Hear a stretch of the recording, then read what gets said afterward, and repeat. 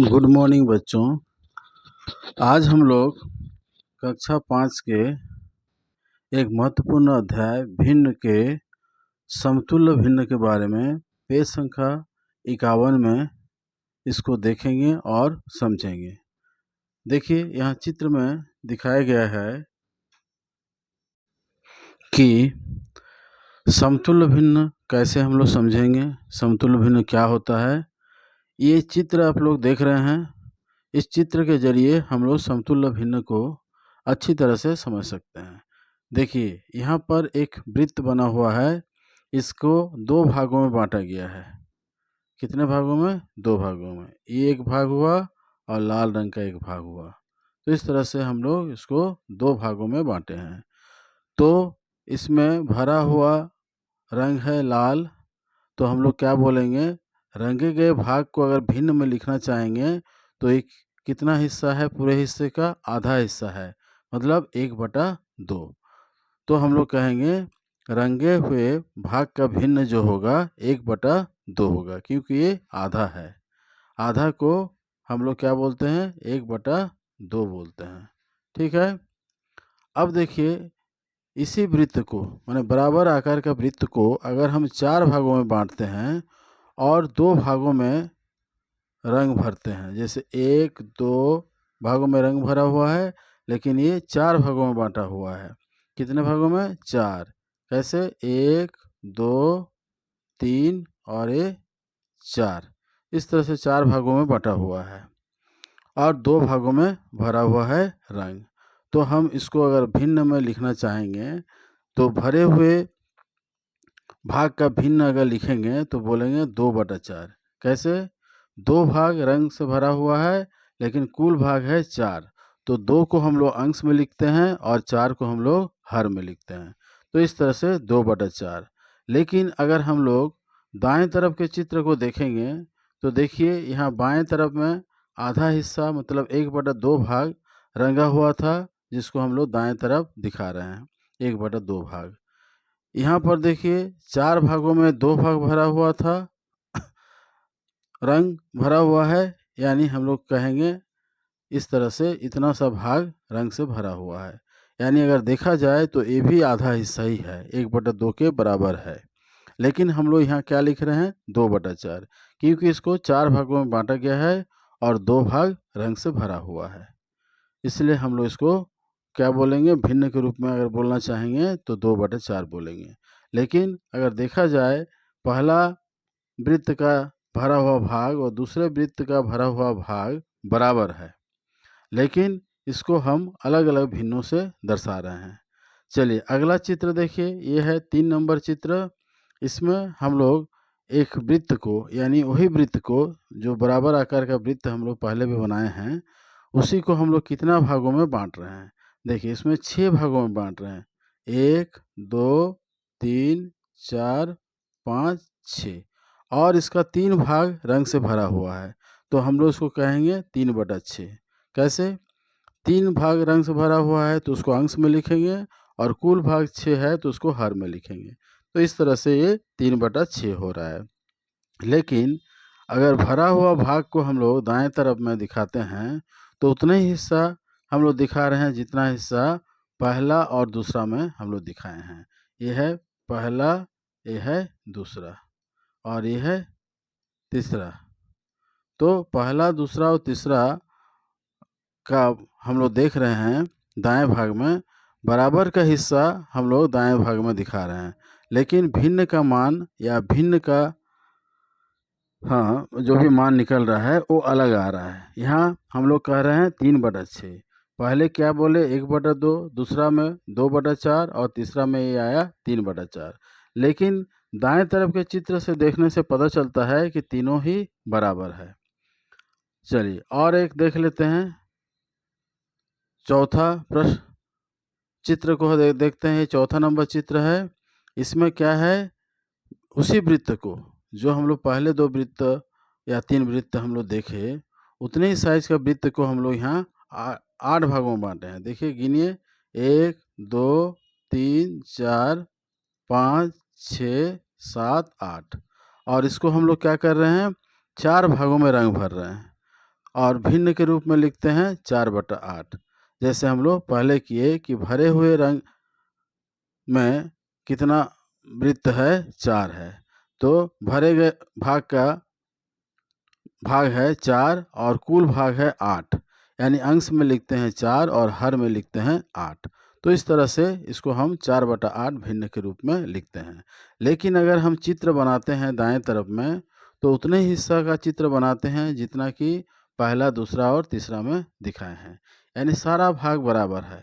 तो हम लोग कह सकते हैं कि 1/2, 2/4, 3/6 और 4/8 ये सारे भिन्न बराबर हैं, है ना।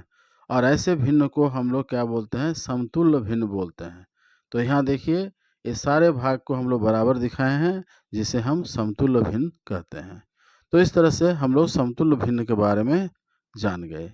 अब चलिए आगे देखते हैं। अब देखिए अगला पृष्ठ संख्या में यानी 52 पेज में क्या बताया गया है कि एक आयत हम लोग ले रहे हैं, यहाँ से यहाँ तक इसका लंबाई है और यहाँ से यहाँ तक इसका चौड़ाई है। एक आयत है, इस आयत को हम 2 भागों में बांटे हैं। एक भाग यहाँ से, एक भाग यानी ये एक भाग हुआ, ये दूसरा भाग हुआ। अगर एक चीज़ को हम 2 भागों में बांटते हैं तो इसको हम कैसे लिखेंगे, 1/2, यानी रंग भरा हुआ अगर वो कहेंगे तो 1/2 भाग में रंग भरा हुआ है। यहाँ देख रहे हैं ये वाला भाग रंग से भरा हुआ है, तो यानी आधा भाग जिसको बोलते हैं 1/2, 1/2 भाग में रंग भरा हुआ है। कैसे जान रहे हैं, क्योंकि इसका टोटल कुल भाग है 2 और एक भाग में रंग भरा हुआ है, इसलिए हम लोग कहेंगे इसको 1/2। चलिए उसी आकार का आयत को अब हम, ये है उसी आकार का आयत, उसको हम 4 भागों में बांटते हैं। तो प्रत्येक भाग को कहेंगे 1/4, क्योंकि कुल भाग है 4 और हम लोग प्रत्येक भाग को कहेंगे 1/4। अब अगर हम कहते हैं कि भरे हुए रंग का भाग यानी भिन्न क्या हुआ, तो हम लोग इसको क्या लिखेंगे, 2 भागों में रंग भरा हुआ है, तो अंश में लिखेंगे 2 और हर में लिखेंगे 4। तो 2/4 भाग इसमें रंग से भरा हुआ है। ठीक है। उसी प्रकार तीसरा चित्र देखेंगे, इसमें क्या किया गया है, 6 भागों में बांटा गया है। उसी आयत को, उसी साइज के आयत को हम लोग 6 भागों में बांटे हैं। तो प्रत्येक भाग को हम क्या कहेंगे, 1/6। जैसे ए हो गया 1/6, ए भी 1/6, ए भी 1/6। तो इस तरह से जितना भी हम लोग भाग देख रहे हैं, प्रत्येक भाग को हम 1/6 कहेंगे, क्योंकि यहाँ 6 भागों में बांटा गया है, इसलिए प्रत्येक भाग को हम लोग 1/6 कहेंगे। अब देखिए कितना भागों में भरा हुआ है, रंग भरा हुआ है, तो 1, 2, 3, 3 भागों में रंग भरा हुआ है, तो अंश में लिखेंगे 3। कुल भाग कितना है, 6। कैसे, 1, 2, 3, 4, 5, 6, तो नीचे हर में लिखेंगे 6 और कहेंगे 3/6 भाग रंगा हुआ है, माने रंग से भरा हुआ है।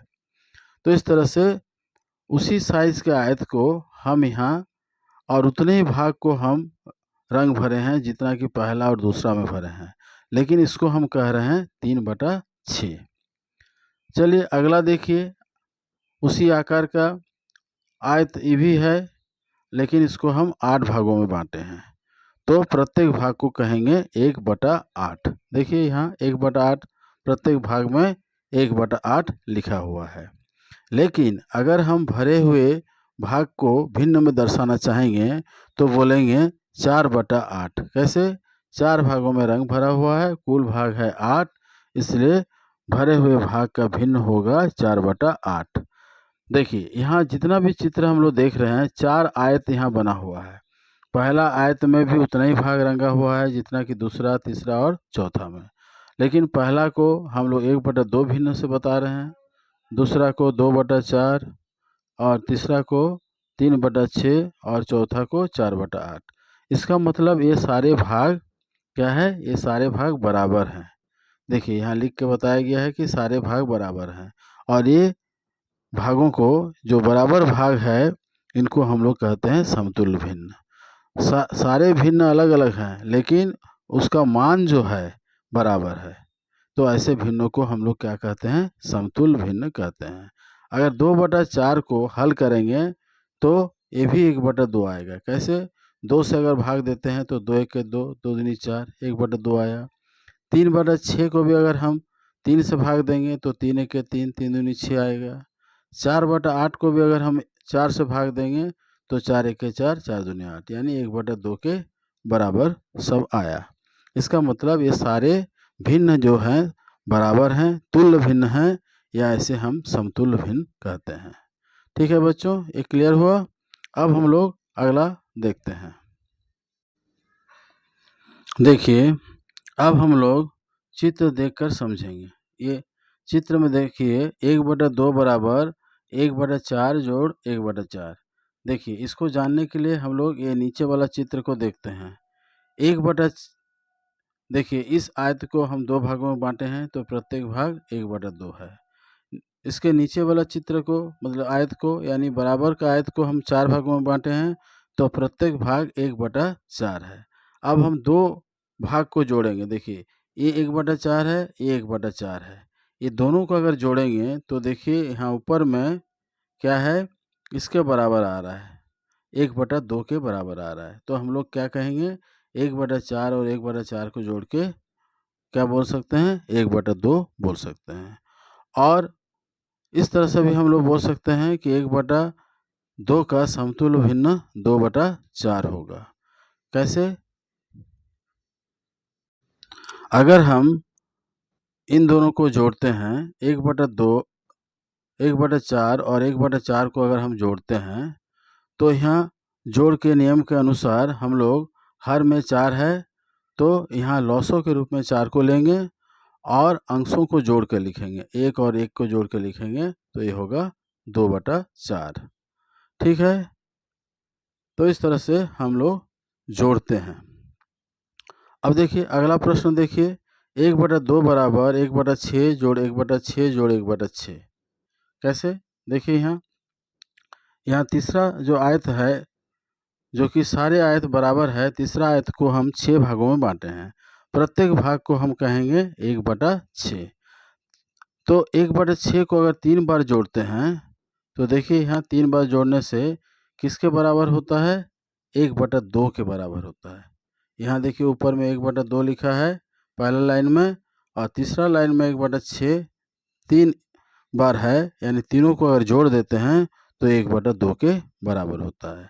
तो हम लोग इस तरह से बोल सकते हैं कि 1/6 को अगर 3 बार जोड़ते हैं तो 1/2 के बराबर होता है। या फिर हम लोग इसके ज़रिए भी हम लोग जान सकते हैं कि 1/2 के बराबर कैसे होता है।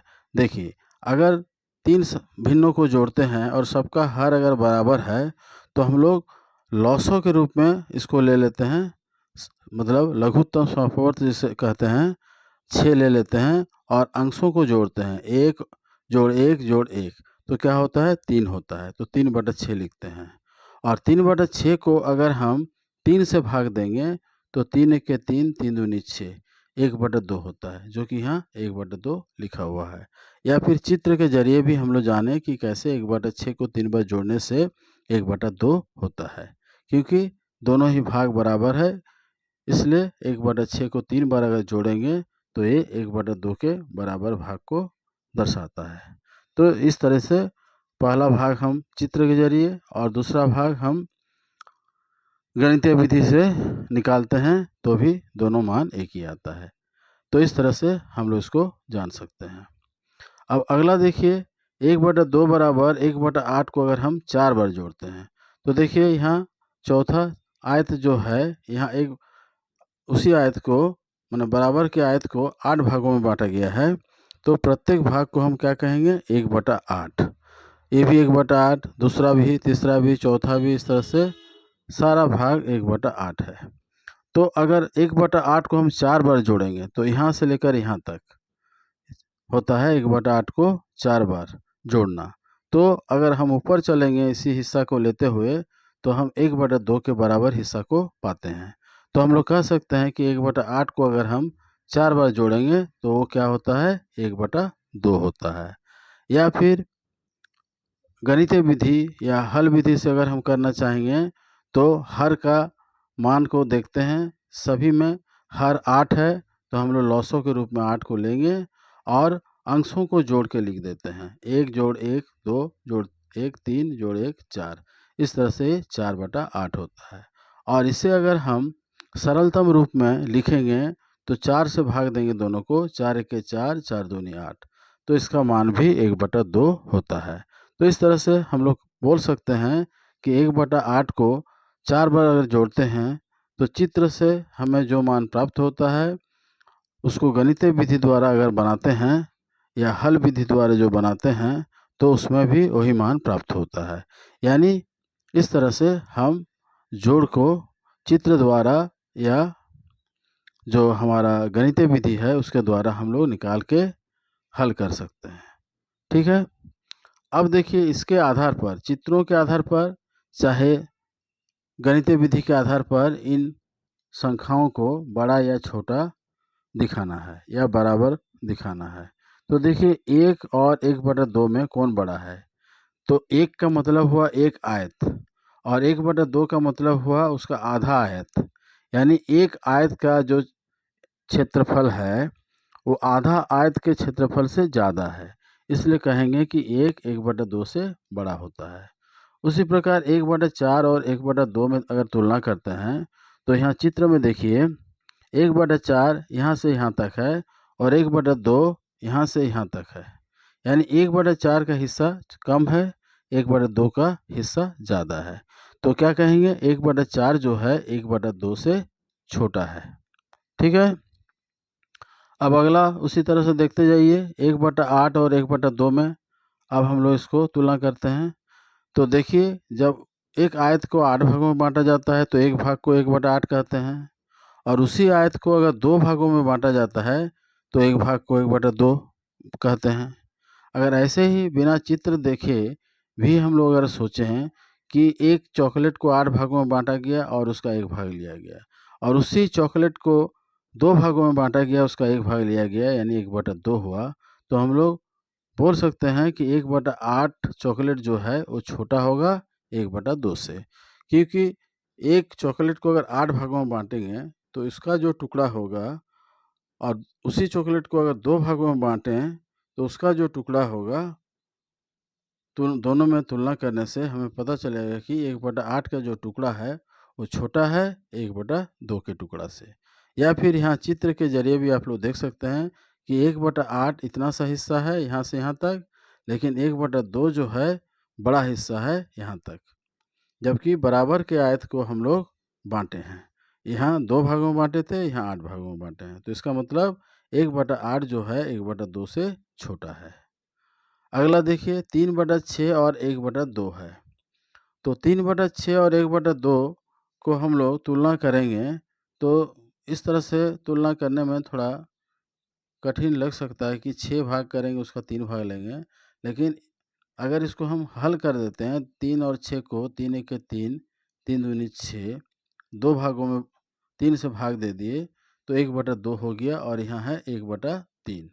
तो 1/2 और 1/3 अगर हम तुलना करेंगे तो बोल सकते हैं कि 1/2 बड़ा होगा, क्योंकि एक बिस्किट को अगर 2 भागों में बांटते हैं और उसका एक भाग लेते हैं और उसी बिस्कुट को अगर 3 भागों में बांटेंगे और उसका एक हिस्सा लेंगे तो कोई भी बोल सकते हैं कि 2 भागों में जो बांटे हैं उसका हिस्सा बड़ा होगा।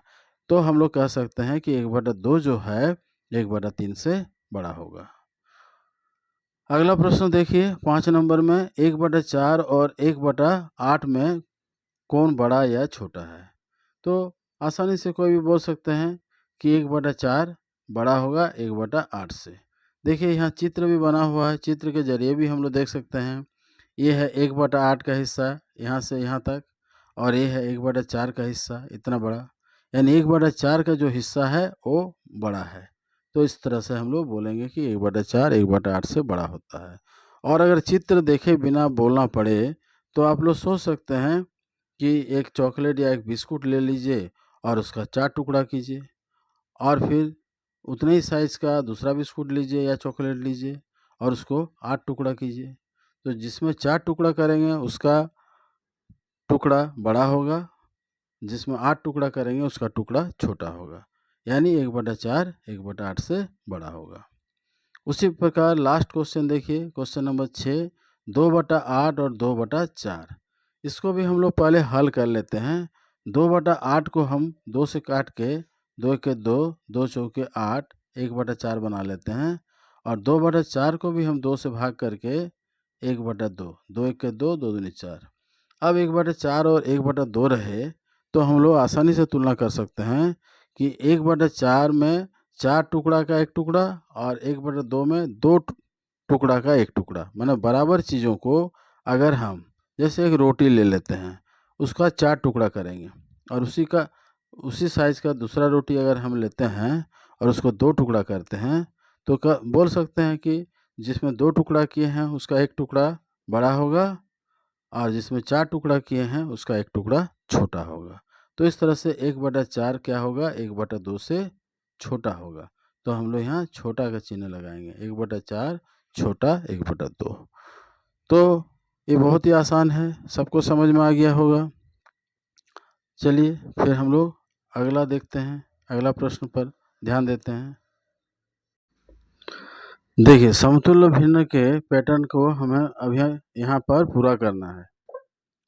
थोड़ा देर पहले ही हम लोग पढ़े हैं समतुल्य भिन्न क्या होता है, समतुल्य भिन्न को कैसे हम लोग तुलना करते हैं, समतुल्य भिन्न को कैसे लिखते हैं, चित्र द्वारा भी हम लोग देखे हैं। तो अब हम लोग इस पैटर्न को, समतुल्य भिन्न के पैटर्न को पूरा करेंगे। देखिए, पहला क्वेश्चन में है 5/6, 10/12। 5/6 के बाद आया 10/12। कैसे आया? 5 का 2 गुना 10 होता है, 6 का 2 गुना 12 होता है। तो इस तरह से 5 का 3 गुना अगर लेंगे तो 15 होगा और नीचे वाला जो हर है इसका 3 गुना 18 होगा। 3 गुना के बाद अगर हम लेते हैं 4 गुना तो 5 चौके 20 होगा और 6 चौके 24 होगा। इसी तरह से 5 गुना लेते हैं तो 5 पछे 25 और 6 पाँचे 30। 5 गुना हो गया। 6 गुना लेते हैं, 5 छक 30, 6 छक 36। तो हम लोग 4 भिन्न ले लिए और एक ले लेते हैं 5, तो 5 छक हो गया है, 5 सत्ते 35 और 6 सत्ते 42। तो इस तरह से हम लोग पैटर्न को इस तरह से पूरा कर सकते हैं। तो आप लोग ये सारे प्रश्नों को बना सकते हैं। अब पहले बनाइए, फिर हम लोग मिलान करेंगे कि कितनों का सही हुआ है। वो अपना हाथ उठा के बताएंगे जिसका इसका सही होगा। देखिए, 2 दूनी 4 हुआ, 2 तिये 6, 2 चौके 8, 2 पाँचे 10, 2 छक 12, 2 सत्ते 14। 5 संख्या ले लिए। अब नीचे वाला लिख देते हैं। 5 दूनी 2 दूनी 4, 2 तिये 3 से शुरू किए थे तो 5 तिये 15, 5 चौके 20, 5 पछे 25, 5 छक 30, 5 सत्ते 35। तो इस तरह से हम लोग 5 संख्या 5 भिन्न, अगला 5 भिन्न लिख सकते हैं। तो आप लोग मिलान करके देखिए, जिसका इसका सही हुआ है हाथ उठाएंगे, पता चलेगा कि कितने बच्चे समझ गए।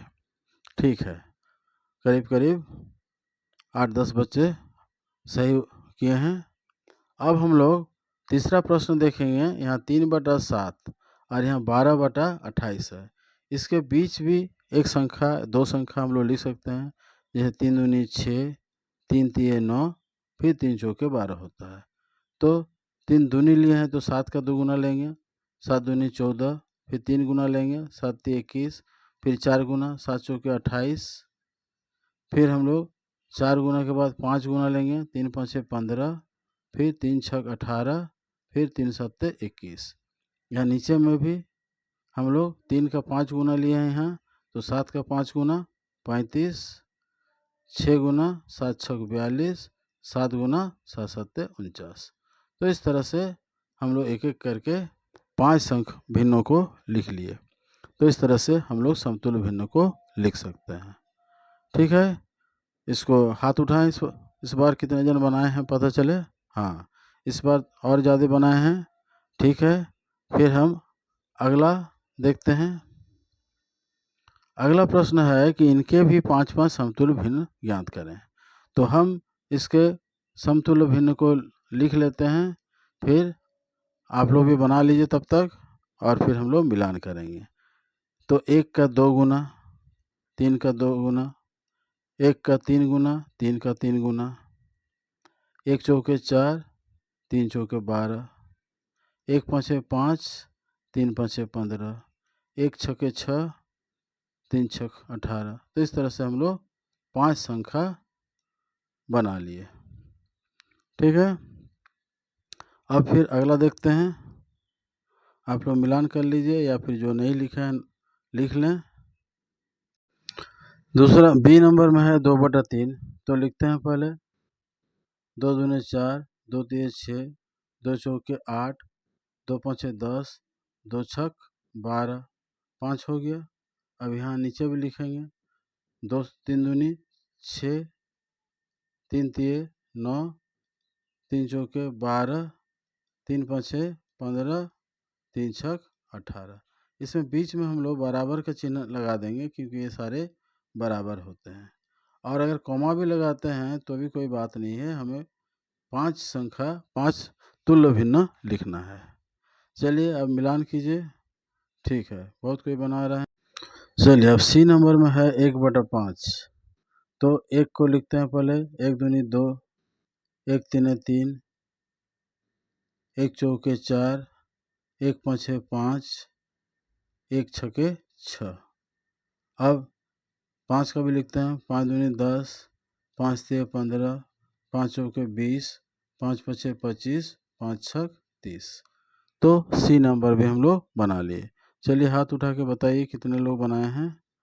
ठीक है, इस बार ज़्यादा ही जन बनाए हैं। अगला बनाइए, अगला मिलान करते हैं, बाकी लोग नोट कर लें। चलिए डी नंबर में है 2/5, तो 2 दूनी 4, 2 तिये 6, 2 चौके 8, 2 पाँचे 10, 2 छक 12।